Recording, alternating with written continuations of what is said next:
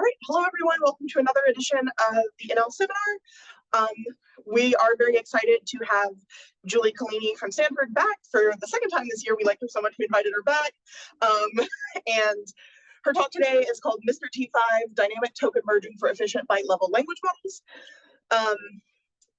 Julie Kallini is a second-year PhD student in computer science at Stanford University, advised by Christopher Potts and Dan Jarowski. Her research focuses on natural language processing, with an emphasis on computational linguistics and cognitive science, tokenization, and model architecture. Her paper, Mission Impossible Language Models, won Best Paper Award at ACL 2024. Her work is supported by the NSF Graduate Research Fellowship, the Stanford School of Engineering Graduate Fellowship, and the Stanford Edge Fellowship. Before starting her PhD, Julie was a software engineer at Meta, where she worked on machine learning for advertisements. Julie graduated summa cum laude from Princeton University with a BSc in computer science and a minor in linguistics. We're delighted to have you here. And before I turn it over, I wanted to say, number one, we have a lunch spot open. So let me know like after the talk or slacking during if you want to come to lunch. And number two, we will not have a talk next week, and we will be back on the 10th with Tolulupe Ogunremi, also from Stanford. Yeah, so take it away, Julie. We're very excited to have you. Awesome. Thank you so much, Katie, for the introduction. I also really enjoyed my last visit. I knew I had to be back. Thank you, John. Your lab is amazing. Yes, so last time I presented Mission Impossible, and now I'm going to present MrT5, Dynamic Token Merging for Efficient Byte-level Language Models. And this is more along the tokenization strand of my work. And this work will be, this has been accepted to iClear, so if anyone is going to be in Singapore next month, let me know and we should connect. I'd first like to thank my wonderful co-authors, Shikhar Murthy, Chris Manning, Chris Potts, and Robert Shordash. All right, let's get started. I'm going to start by introducing subword tokenization, which is a fundamental pre-processing step used in almost all modern language models. These involve algorithms such as byte pair encoding and sentence piece, which are used to segment text into meaningful units known as tokens, which closely resemble words or parts of words. So the example I have on the slide is the segmentation of an English sentence using GPT-4's tokenizer. We can think of subword tokenization as a form of compression. It effectively reduces the sequence length that is input to the transformer. However, tokenization as a pre-processing step has some common pitfalls, and I'm going to go into a few examples. So subword models are highly sensitive to character-level noise and manipulations, such as spelling errors. A simple swap of two characters, like the example I have on the slide, can cause a word to be segmented into a completely different set of tokens. The tokenization of digits can cause representations of the same number to be different. So again, on the example on the slide, the same number is split into a completely different set of tokens because of the use of commas. And this way of representing numbers could potentially affect language models' abilities to perform basic arithmetic operations without calling external tools. And probably one of the more important drawbacks is that subword tokenization.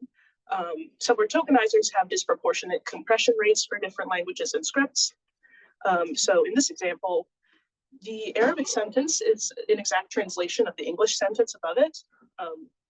And even though they mean the same exact thing, the Arabic sentence is segmented into twice as many tokens as the same sentence in English, even though the Arabic text actually has fewer characters. Do you know how much English and how much Arabic was used to build the tokenizer?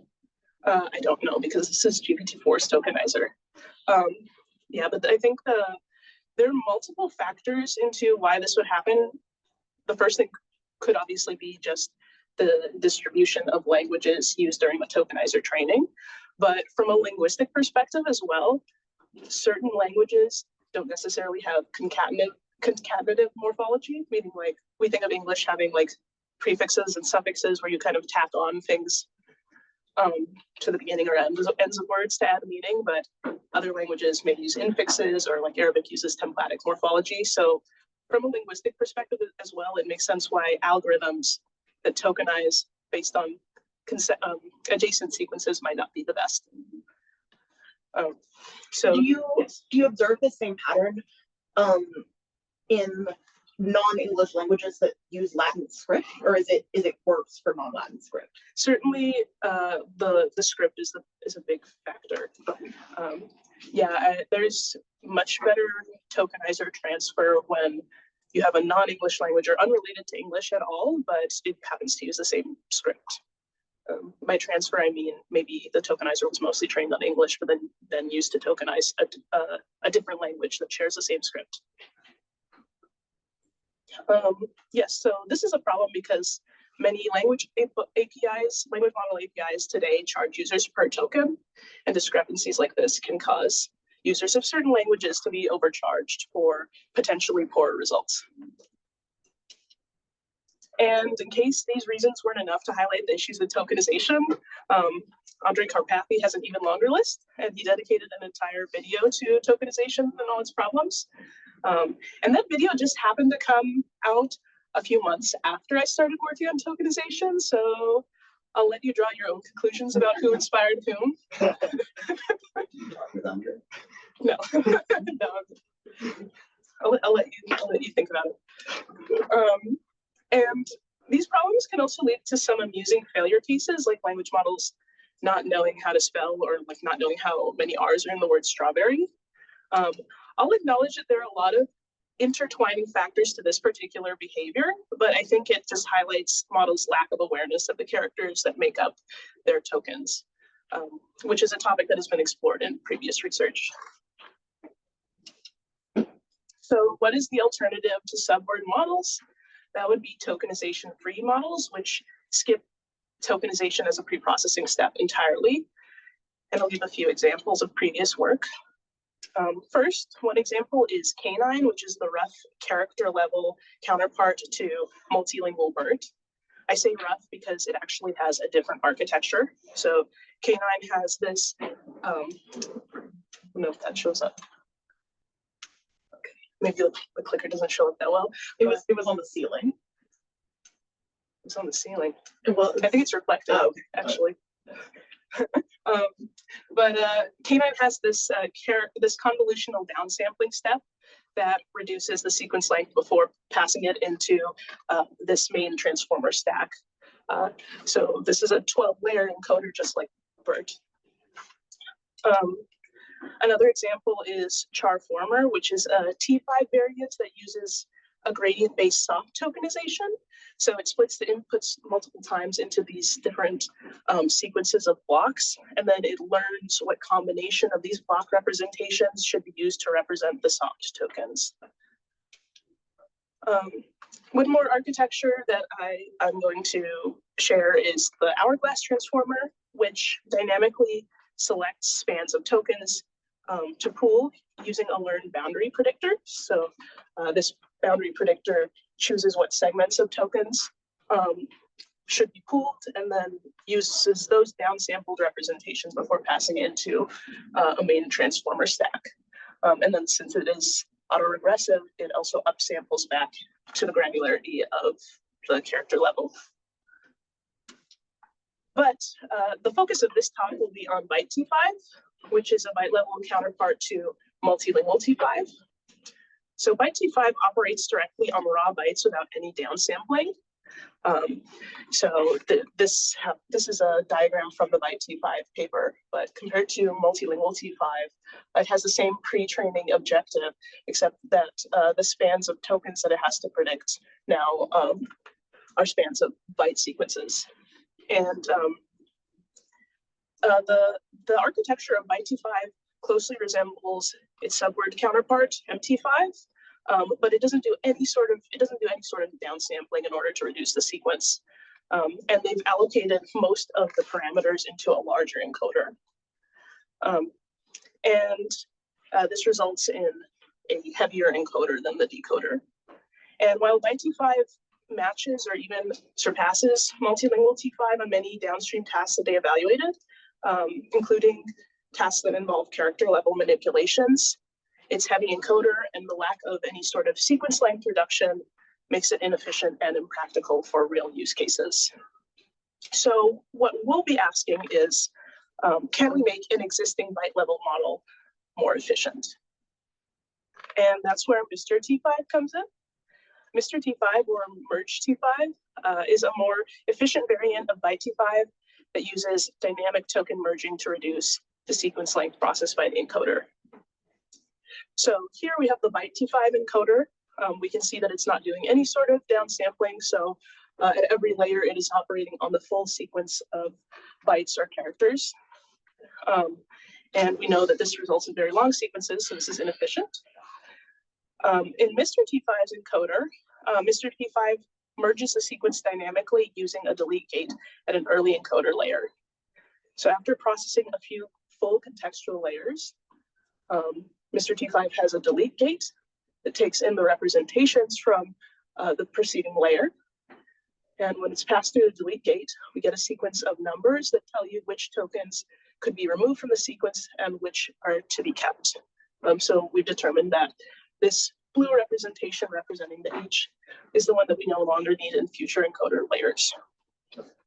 During training, MrT5 uses soft deletion via soft attention masking. So in every other subsequent layer, that middle token is going to be masked out, and the other tokens won't be able to attend to it. So by soft masking, does that mean it's not actually masked out? Or it is masked out. Like it's like soft deletion, meaning it's not actually removed from the sequence. It's a proxy deletion. Actually make the array smaller. I didn't actually make it smaller. So you put a 0. Yes. On the map. I got you. Yeah. So that at a threshold. Signal. Yes, I will go into the architecture in a bit. And during testing, MrT5 uses hard deletion via hard column removal. So the sequence is actually resized and we see efficiency gains. And now I'll go into more detail about what this gate looks like. So this is the equation for the gating mechanism. I'll go ahead and step through each part individually. So first, this H sub L represents the hidden states output by layer L of the encoder, and layer L is just the layer we've decided the delete gate will be placed. And first, since T5 is a pre-layer norm architecture, we first perform layer normalization on the hidden states. And just as a detail to be consistent with T5, this is implemented as root mean square normalization, although this is not a requirement, and you could use whatever layer norm would be appropriate for your encoder model if we apply this to other encoders. Next, the normalized hidden states are multiplied by a weight matrix with an added bias term. So this vector of ones just represents broadcasting the bias term along the sequence length dimension so that it can be added to the product of the hidden states NW. And then finally, the logits are input to a sigmoid and then rescaled by a large negative constant. And this constant has the effect of making the range of the gate between 0 and k. And since k is a large negative constant, that's where we get a masking, the masking capability. And I'll explain that in just a moment. But in our experiments, we use k equal to -30. We found that it worked well. How did you choose L? Yes, so I have we did a sweep over layers so that to get the most efficiency gains, you want the gate to be placed at the lowest encoder layer possible, but then you get fewer layers where there's full attention on the entire sequence. So we did a sweep over the layers to see, can we get the most efficiency gains with the least effect on performance? And I have that result if you're more interested. I have it in the appendix. Is there a during training time point where you could vary that? That makes sense. Like I could imagine like it's hard to know when to delete early on in training, but it's a bit easier to know later on in training, and so you could change L or even just decide to start deleting at a certain point. You just do this in the beginning. That's a good question. So we don't vary L, meaning we don't move the gate where the layer is, or we don't move the layer where the gate is placed. But you can turn the deletion on or off, or change how much deletion you can achieve throughout training. And yes, like I found that actually when training from scratch, it might be better to maybe delay deletion until a later state. And there's a formulation for actually getting we have an algorithm for actually targeting a specific deletion ratio from the sequence if that's the intention. So questions like so the delete is it applied to each token individually, right?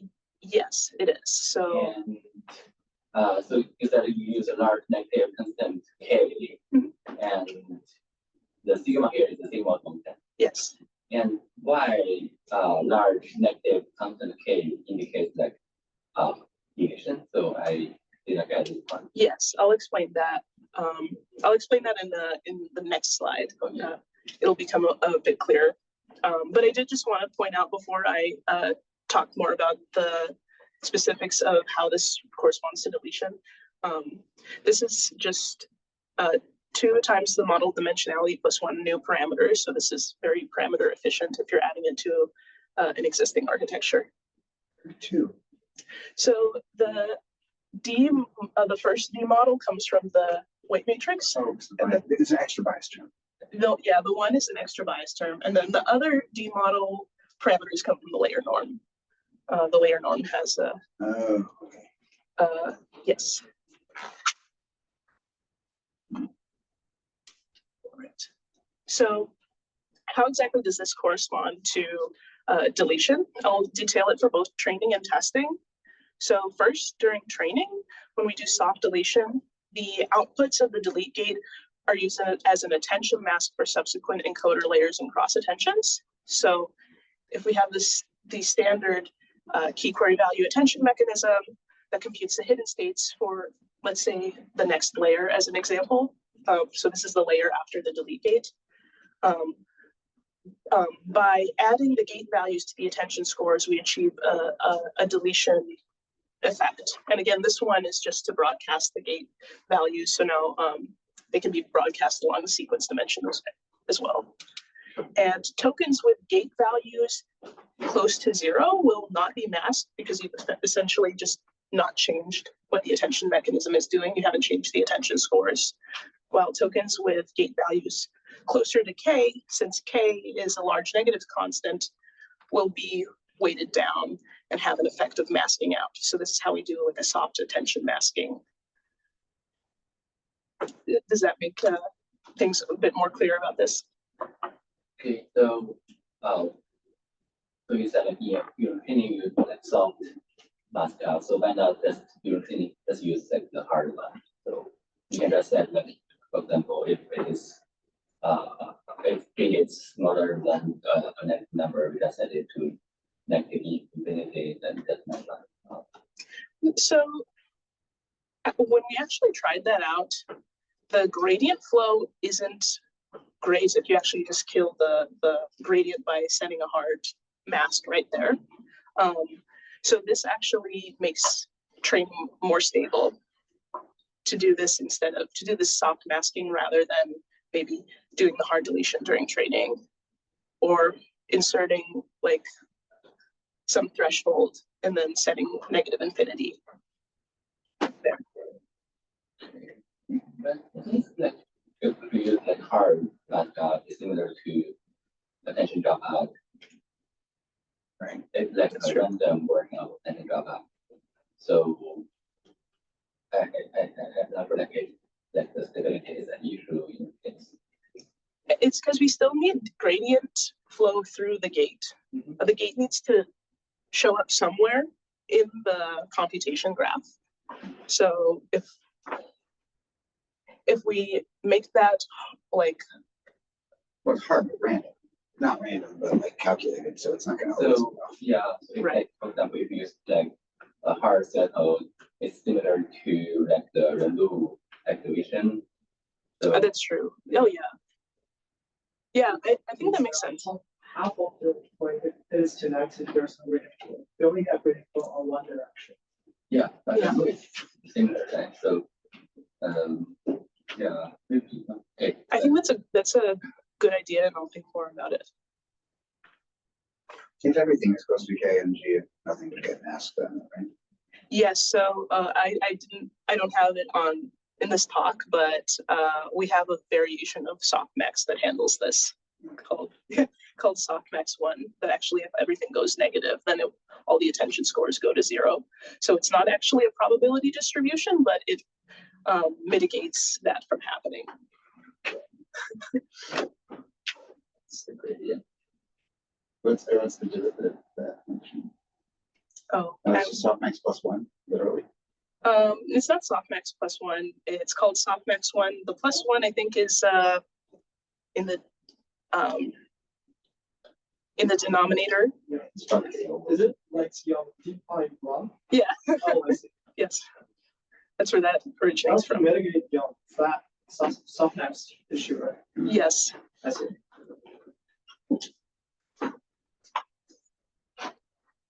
And during that was for training, where we do the soft attention masking. During inference, to actually achieve runtime speedups, MrT5 uses hard deletion, where a threshold is applied based on the output of the gate. So here, the hidden states, where what we want is for tokens that have the gate values close to 0, which were not masked in the soft deletion setting, to be removed from the sequence in the hard deletion setting. While tokens with gate values close to K will be removed from the sequence. So let me just say that again. The gate values close to 0 will not be removed, and those close to K will be removed, just as it was the case in the training setting. And then we use it, yes. Sorry. Did you do a sweep for K/2, or how was that? That was just picking the middle value in between the max value and the min value of the gate. So we use a threshold of K/2 to achieve this effect. And yes. So after you delete these tokens, how do you handle the prediction index? Oh, that's a great question. So T5 uses these relative position biases at each inside each attention mechanism. So if I just go back here, the position bias is actually added to the attention scores in the same spot here. So you also need to do this deletion, or the way we handle this is by doing the deletion algorithm on the position biases as well, and the masking of the position biases as well. I mean, for example, in case, if the second one is deleted, then the prediction of the third one becomes second, or it's still the third one. Yes, so it will retain the learned position bias that it would have had normally. So still free. Yes. Yeah.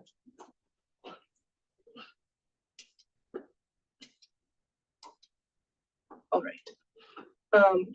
So to adjust how much MrT5 reduces the sequence, we also have a tunable regularizer loss that can encourage the gate values to be more negative. And this loss is just the average of the gate output values over the whole sequence, which is added to the model's cross entropy loss. And by adding this alpha hyperparameter that weights the second loss term, we can achieve, we can actually tune the models to have more or less deletion.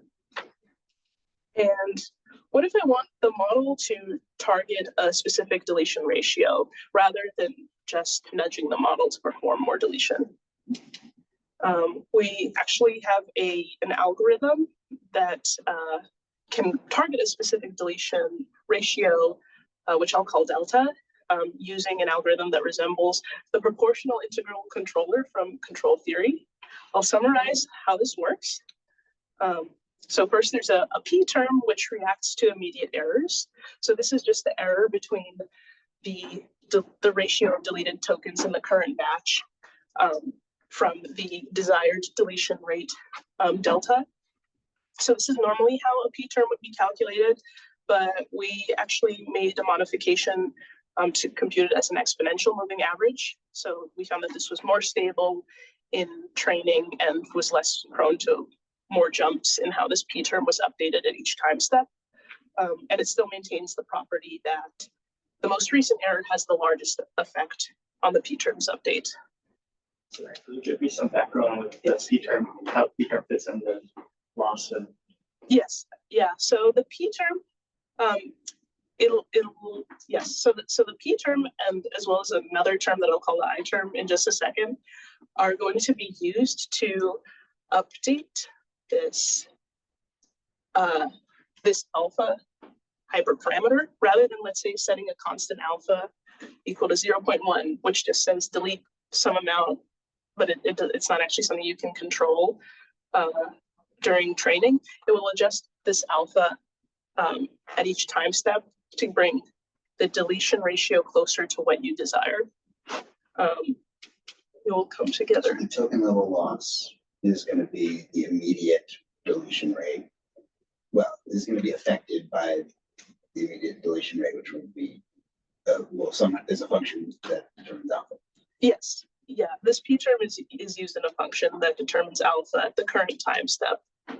It's based on that. So it's like at time step, it's during the sequence, right? So it's like within batch. Oh, sorry, time step is actually the gradient step. Yeah. Oh, gradient step. Okay. Yes. So for the whole step. Yes. First step. Okay, gotcha. So you'll say what was the ratio now after calculating the gradients, like you updated, now you get a sense on your training data on the immediate batch, what the ratio was. Yes. Like the last batch. Yes. Okay. And I assume that doesn't change too much. Yeah, if you set the yes, it shouldn't change too much. There are these. Maybe I should show the whole. I'll show the whole thing rather than stepping through, and I think it makes more sense now. Wow. But there are these two terms, the p and the I term, and if you have a reasonable enough, there are these other hyperparameters that kp that controls how much weight there is to the p term. This ki that has how much weight there is to the I term. As long as they're small enough, which we didn't actually we didn't do a sweep over these. It stabilized very quickly. If you have if you have larger hyperparameters here, then you could have different effects of how well the deletion converges. What's clamp do? The clamp is just making sure that it's above 0, this value, so this doesn't go negative. Oh, so you don't try to bound it then? So it's bounded at 0. This is just like Yeah, you didn't try to bound it, right? No bounding. Yeah, there's no upper bound. So if the ratio suddenly spiked, like let's say you got a batch of garbage. Yeah. That would be like a case where you might learn to drop everything. Yes. Or something, right? Then the ratio would suddenly like go, the ratio, I don't know which way the ratio is calculated, but like the deletion ratio is very high for the delta T. Yes. Right? So then all of a sudden you have I guess it would be. So the alpha would want to go way down. We So don't you allow. want to do that, but you're okay if the ratio, if basically said not that the drop, then that's like, all right, fine. Yeah, if it never decides to drop, then alpha will keep increasing. Yeah, until it's close to until the deletion ratio comes close to what you want. Like if it was something Chinese, well, Chinese said multibyte anyway, I guess, but like I think it's of a scenario where your batch would be so precious that you couldn't afford to drop a single byte. Yeah. So that's actually a cool point. So I'll show some results on different languages, and the model will actually learn different compression rates. If you train in a multilingual setting and say like you want, on average, the model to delete 50% of tokens, but the training data was actually multilingual, it will learn different compression rates for each language. Can you kind of at a higher level, I guess like give something like an example use case of why someone might want to target a specific deletion ratio? Yes. So this is just say if you have a desired amount of runtime efficiency that you want to achieve, rather than, let's say, manually plugging in different values of alpha here. This will just allow the model to discover whatever deletion it wants, which is cool, I think, in some cases. But if you actually wanted to delete a certain amount in order to get your desired efficiency gains, this would be the way you would want to do it with the controller. Arithmetic batch. If you had a batch that was just arithmetic, right? You would not want to, because all of the numbers and whatever and operators are single byte. Right. So you never want to drop anything there. You get really bad results. I don't know if you tried to. I didn't actually try force batches that would be like all math. Oh, that's an interesting. Yeah, that's an interesting idea. And there's no compression you can do that. Just Right. So you want to make sure not to drop at that point. Yeah. All right. And I didn't actually elaborate on what this I term is doing, but it is just accumulating errors over time. And then these together are how you would formulate a PI controller, sorry. All right, so I'm now going to go on to the first set of experiments. So in order to get a sense of the sorts of deletion patterns MrT5 learns, we first trained tiny 15 million parameter MrT5 and T5 models. These have just 3 encoder layers and 3 decoder layers. And these were trained from scratch on 3 diagnostic tasks. And the purpose of these experiments is just to understand whether MrT5 merely drops tokens that are irrelevant to the output, or if it effectively merges relevant context into shorter sequences. So the first task is a very simple vowel removal task, where the model must take in a sequence of random consonants and vowels, and then reproduce the sequence with all the vowels removed. So this merely tests whether MrT5 is dropping tokens that are entirely irrelevant to the output. The second task is a contextual vowel removal task, where the model must again delete vowels from a sequence, but only if they are followed by a lowercase consonant. So here the criteria for deletion is actually conditioned on the surrounding context. So this would test whether MrT5 is performing contextual deletions. And finally, we have the sequence merge task, where the model must copy any sequences of consecutive ABCs into one character, D.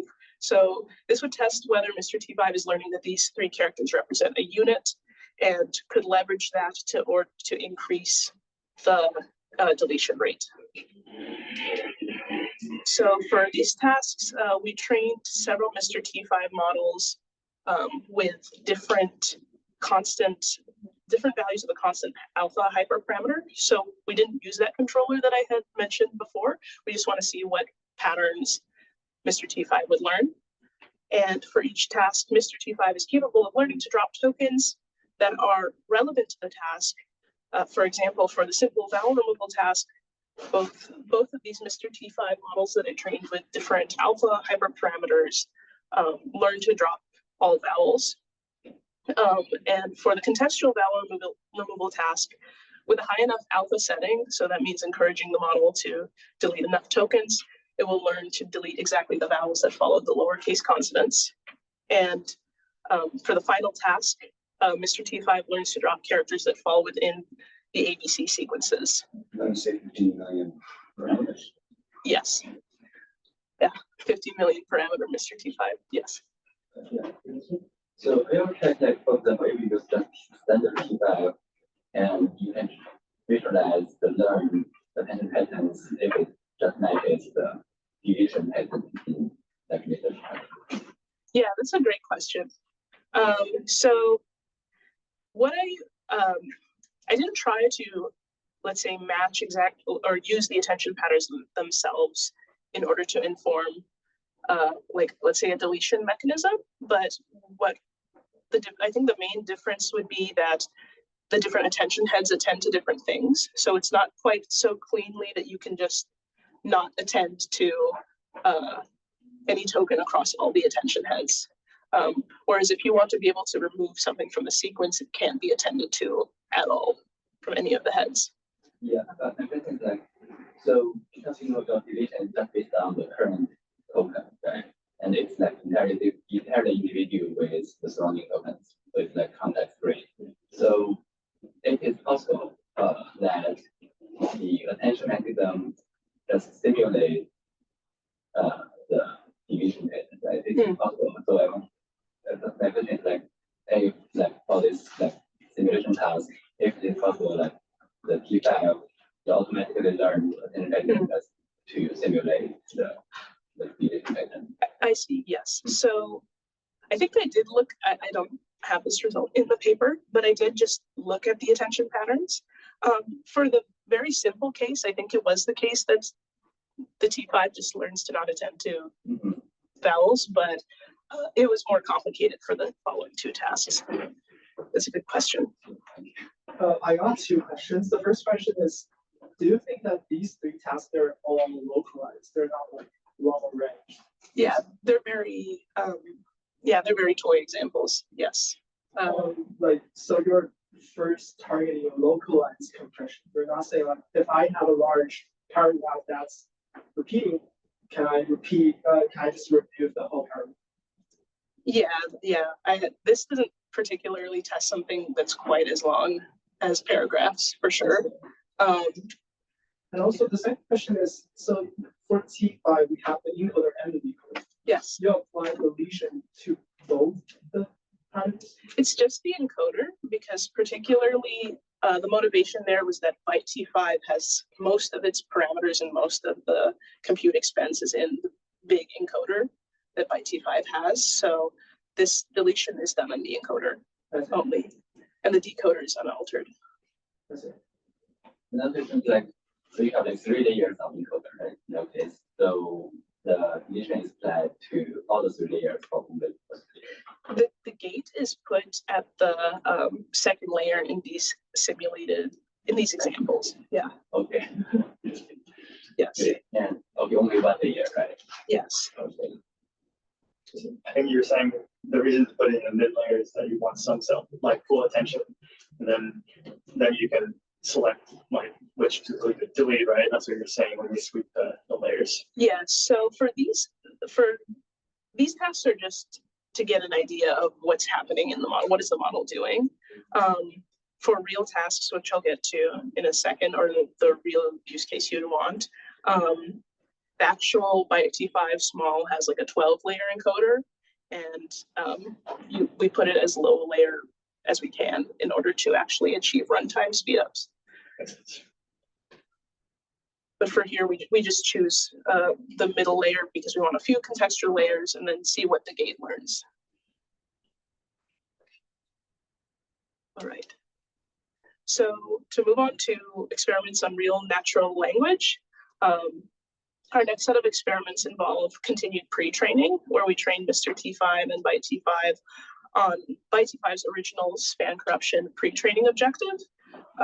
So here the task is given some input text, sequences of bytes within the text are masked out, and the decoder has to predict the masked sequences. And we trained several MrT5 models with different sequence length reduction rates, here using the PI controller formula that I had mentioned before to target different deletion ratios.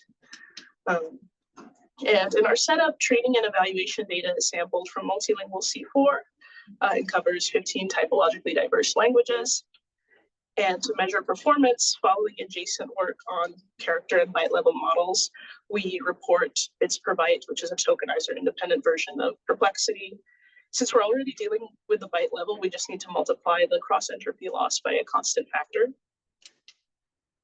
And finally, we note that all the models are initialized from a pre-trained Byte-T5 small, which has 12 encoder layers and 4 decoder layers.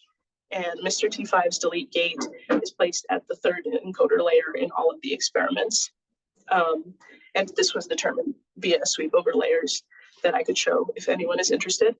But we place the gate at layer 3 because placing it at as low a layer as possible leverages the most efficiency gains. In addition to training MrT5 models, we also perform continued pre-training on several baselines as comparison. So first is the Byte-T5 architecture unaltered. Second is a random deletion baseline where some percentage of tokens are deleted from the sequence randomly. Another is a fixed deletion baseline where some percentage of word endings are deleted, which comes from this idea that maybe only part of a word might be useful for inferring the whole word. And yes. When you're deleting in those cases, are you deleting the same way you delete in MrT5, like at level 3? Yes, they're all in all of these baselines, other than the Byte-T5, the same layer for the deletion is used.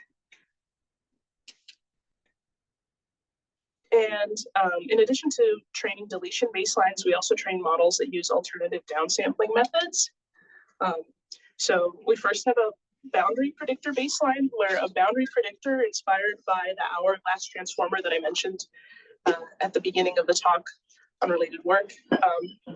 We use a boundary predictor to segment tokens into variable length spans, and then tokens that fall within the same span are mean pooled.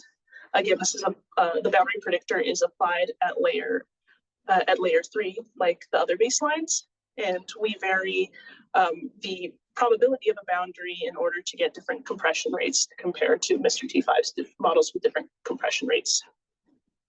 Yeah. I have a quick question. I'm not too familiar with the literature, but like, are there any baselines with like CNNs at character level? Because it seems like that would be good, because you know, like pixel, you know which area of pixel to highlight, and it's the same thing. Like with characters, like you want to know which character is important, but maybe it's too expensive, or I guess what's keeping that being the baseline? Yeah, so the next baseline is actually a convolutional pooling baseline. This is similar to the K9 architecture from Google that I mentioned before. So here a 1D convolution is applied at the third layer, and the compression rate is determined by the stride of the convolution. And that's how, yeah, we train an additional baseline that uses this downsampling module and train with different strides in order to get different compression rates for different models. So these are the baselines. I'm going to go into the results, so I'll step through. On this plot, we have bits per byte on the y-axis versus the sequence length reduction or the compression on the x-axis. And I first plot Byte-T5 in the bottom corner because it presents a lower bound on how good the performance can get, but it does not reduce the sequence length at all. Next, I have the performance of several MrT5 models with different deletion ratios. And more deletion results in higher bits per byte, but MrT5 is generally competitive with Byte-T5, while it significantly reduces the sequence length, especially when we compare MrT to alternative baselines. For example, the random and the fixed deletion baselines have much worse bits per byte at around the same compression ratios. And the alternative pooling baselines are not quite competitive with Byte-T5 either. So these are the boundary predictor baselines, and these are the convolutional pooling baselines. So overall, MrT5 has much lower bits per byte for the same sequence length reduction rates as alternative baselines, showing that it is the best option for balancing both efficiency and performance on the pre-training task. Now that I've shown you that how much compression MrT5 can achieve, does this actually translate to a decrease in runtime compared to Byte-T5? If we look back at the MrT5 models in particular with different sequence length reduction rates and compare their average runtimes for a single sequence versus Byte-T5, we can see that the models with more deletion do result in a runtime speed up relative to Byte-T5. And for example, this model that reduces about 50% of the sequence length, so these correspond to the same model, results in a 32% runtime decrease. Well, I mean, this seems very implementation dependent, right? Yeah, it is it is dependent on the implementation. The implementation strategy here to use non-square matrices. No, honestly, I think our implementation could be optimized more to make this. Okay, so in practice, though, right? Like you have basically like a matrix of full length, and then like reduced to one. Is that basically? Yes. Like a set of pre-deletion and post-deletion. Yes. Tables. That you then have to, so you have to calculate at the beginning and then essentially like you choose what to forget, Yeah, and then keep on forgetting. And then like, whereas Byte-level is presumably just like standard transform architecture, right? right. So the deletion algorithm, it uses like some gathers and scatters and then like to resize the sequence. So potentially the particular implementation could be optimized for sure. But yes. I would think you get your speed up by being able to cram more into the same batch size, right? Yes. But So, then you can't, but you're limited because the initial view layers are not shrunk. oh, I see. So the initial few layers are not shrunk, that's true.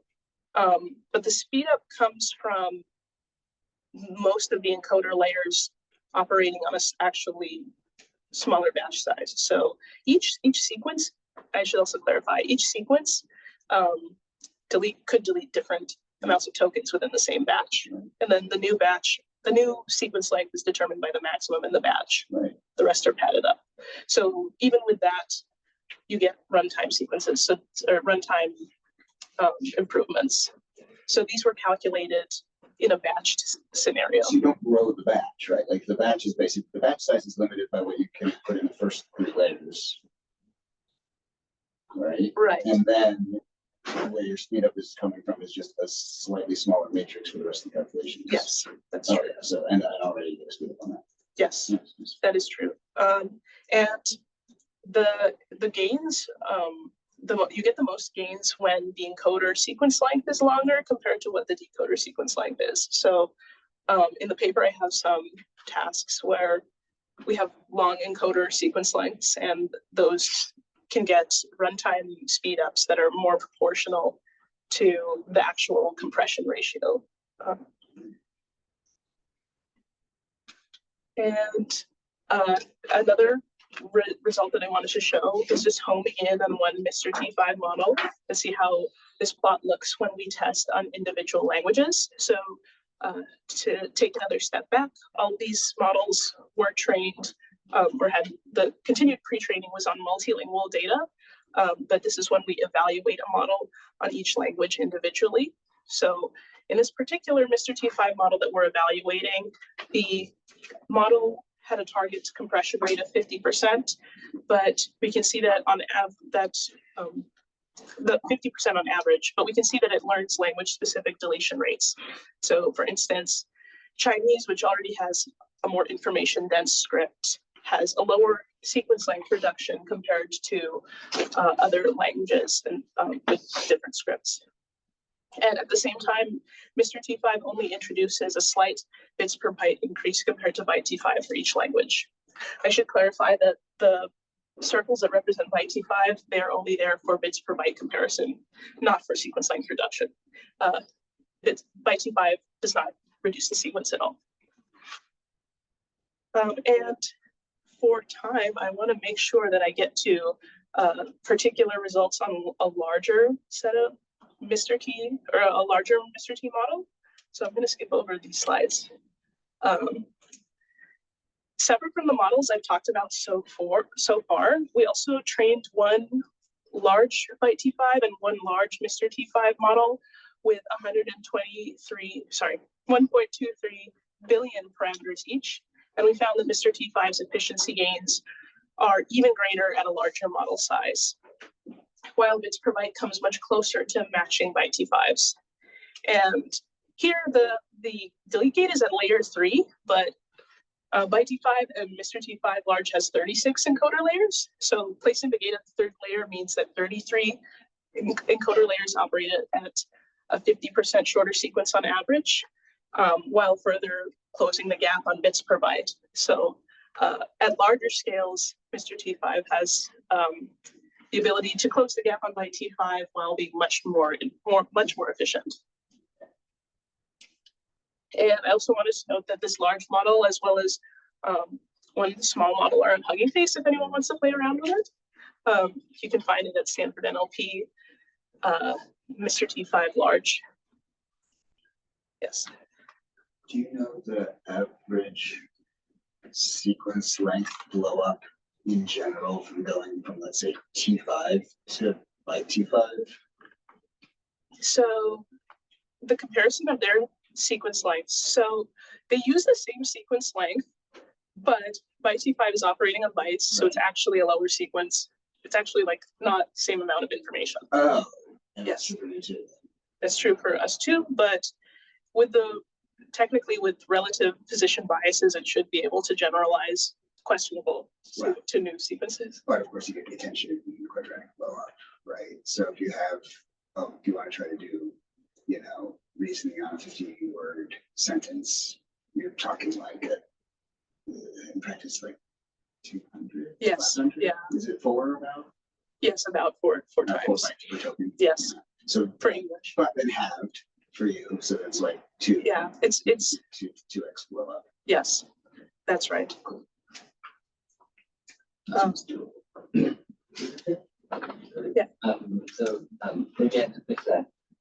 So if you compare with like some other like high-level models which just merge like the byte tokens with the in that context window. So for example, like a byte they just merge like every 4 or 8 bytes into one token.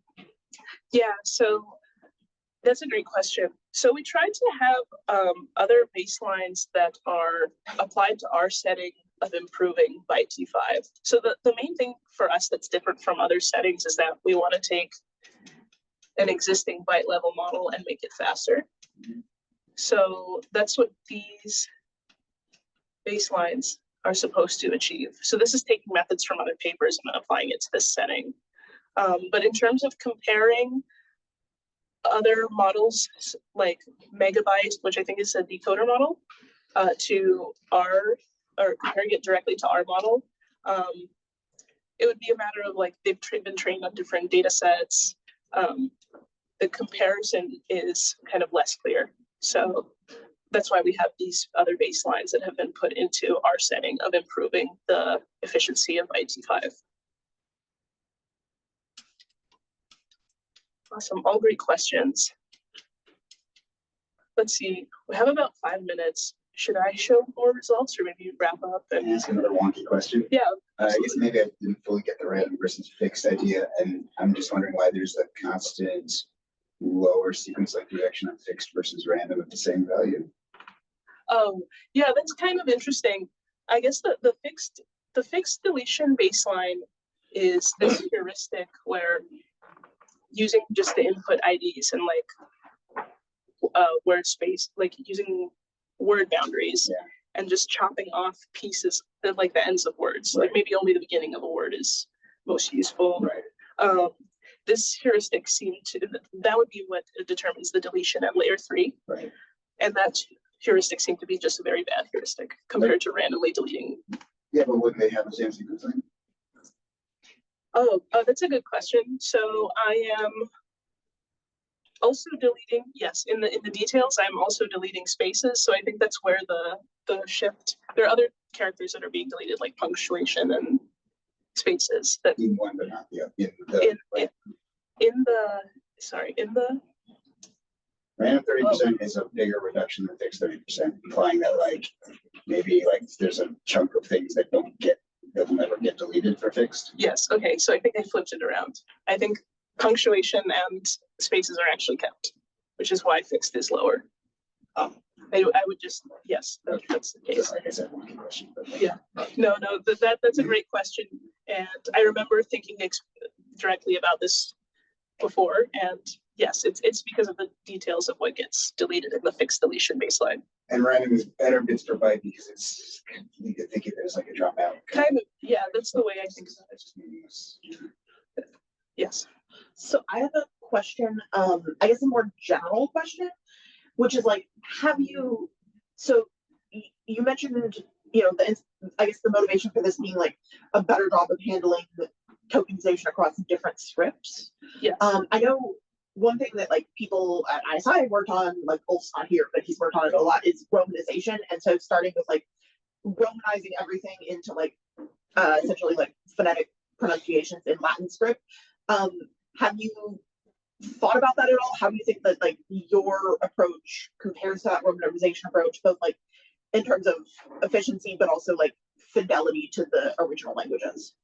I think that's a great question. So I know that Romanization is done, like, let's say for like lots of, I think, South Asian languages, like putting everything into like a Latin script, and then they have this shared, they now share a script, and maybe like a tokenizer can have better transfer to the other languages.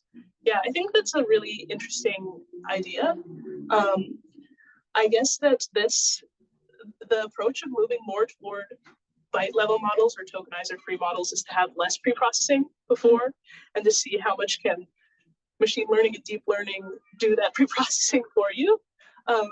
And I think in the future, well, I'm obviously like betting more on like less pre-processing in this work, but I think that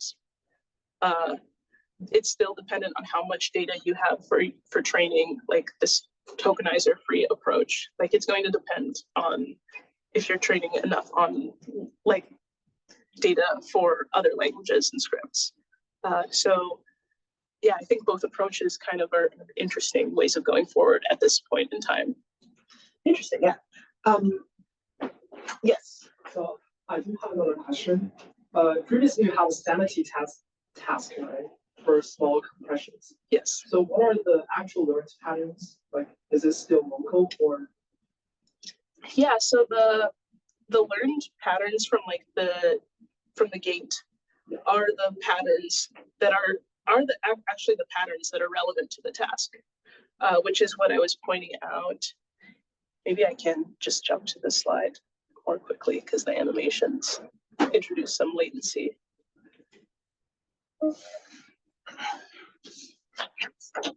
Yeah. So this was a description if you analyze the actual deletion patterns from the gate. So you look at the logits or actually look at the outputs of the gate values and see what tokens were removed. This is a description of what that is. So we like look at the deleted tokens in the test set and what tokens were deleted, and it corresponds to these tokens exactly. I see. Yes. So yeah. I have another question is, are you aware of a paper called Large Concept Models? It's by Meta. I've heard of it. I don't know the details right now, but yes, is it? I was wondering, what do you think of like adding a encoder and decoder to handle this tokenization and convert everything to a concept space? And after that, you just do standard like attention and diffusion in the context space instead.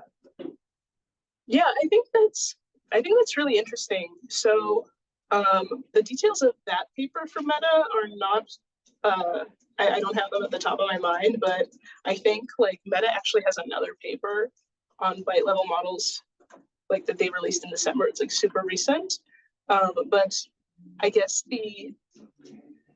they're working more on like getting byte-level models to do reasoning, and they actually have the compute to scale up at the sizes where you could maybe get models that do reasoning. And I think like they also have an encoder decoder architecture that converts things into like a latent patch space, as they call them, is what they call them in their paper. So yeah, I think that's kind of interesting. All of these are methods of just making downsampled representations that are more feasible to have like the standard transformer architecture operate on. Yeah, I actually had a note about that paper in the conclusion section. Maybe I should just conclude. See, we can ask one question. Yes. So you want to be like, if you wanted to get to like size equivalent representation of, let's say, whoever, maybe you probably want like 75% reduction right now. And do you plot that operating point? 75%. Yeah. And then so I guess the question is, where's the gap on perplexity, task completion, et cetera there? I'm trying to wonder, like, when does like some company decide they want to go full byte? Yeah, that's a great question. So this is about 70%, a little bit less than 10%. A little bit long and Yeah. quadratic blow up for assuming that, unless you want to try an quadratic attention mechanism. Right. Like to make or something like that. Do that. I'm just wondering where, like, how far away do you think you are from advocating for full usage, like that you don't have to worry about? I think that at least with these experiments with Byte-T5 small, I think this maybe isn't even the plot that I would want to show. I would want to see what happens when we scale up even further. So I only was able to train one Byte-T5 large, like 1.2 billion parameters on one compression rate. So I chose 50%. What did you have for machines and how long did it take? That was 4 A100s for about 3 days. And how much data? That was okay, so it's continued pre-training, so it's not multiple epochs, and it was batches of 2 to the 20 tokens for 5,000 steps. So something like that. I know that's not very, yeah, something like that. I'd say. And 4,100s over 4 days. This is fast. It's pretty fast, but yeah, it's also a matter of getting those machines on our cluster. 4 A100 GPUs or 4 by. Oh no, those are GPUs. 4 GPUs. Yeah. Training in 4 days. That's really fast. Okay. Wait, how much is the model? I need to do the math again because I didn't actually. Yeah, but the model is 1.23 billion parameters. It's kind of, it's not. Yeah. But still, okay. Okay, I defer to Max on that. But. Okay. Okay. Yes, so go ahead and conclude. So some other future directions that I'm interested in pursuing is that MrT5, the method could be applied to any encoder to make it more efficient. So maybe we could just apply it to a character or subword BERT and call it Mr. BERT. Also, I think it would be interesting to see if we could adapt this method to decoder models. And that would be something I would be interested in working on, although the exact method is not clear right now, or else I would have done it. But I think it's worth mentioning the other work that I previously talked about from Meta. So last December, Meta released their byte latent transformer, which scaled up byte-level language models to 8 billion parameters.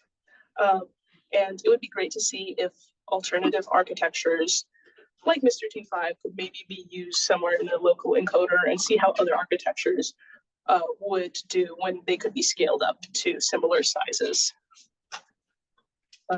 And with that, I'll conclude. So we introduced MrT5, which is a more efficient variant of Byte-T5.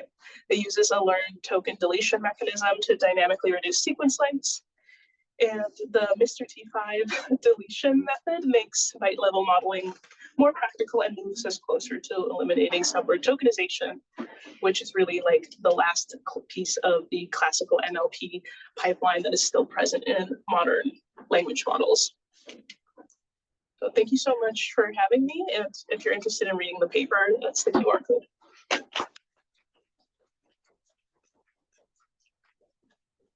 Well, I pity the fool that missed this talk. This was really fun. As a reminder, we do still have a lunch slot open, as well as a few slots like in the afternoon. So if you want to talk more with Julie, let me or Peter or one of us know. And someone please come to lunch with us. Yeah, thank you so much. As a reminder, next NL seminar is in 2 weeks on the 10th. And thank you all so much for your attendance.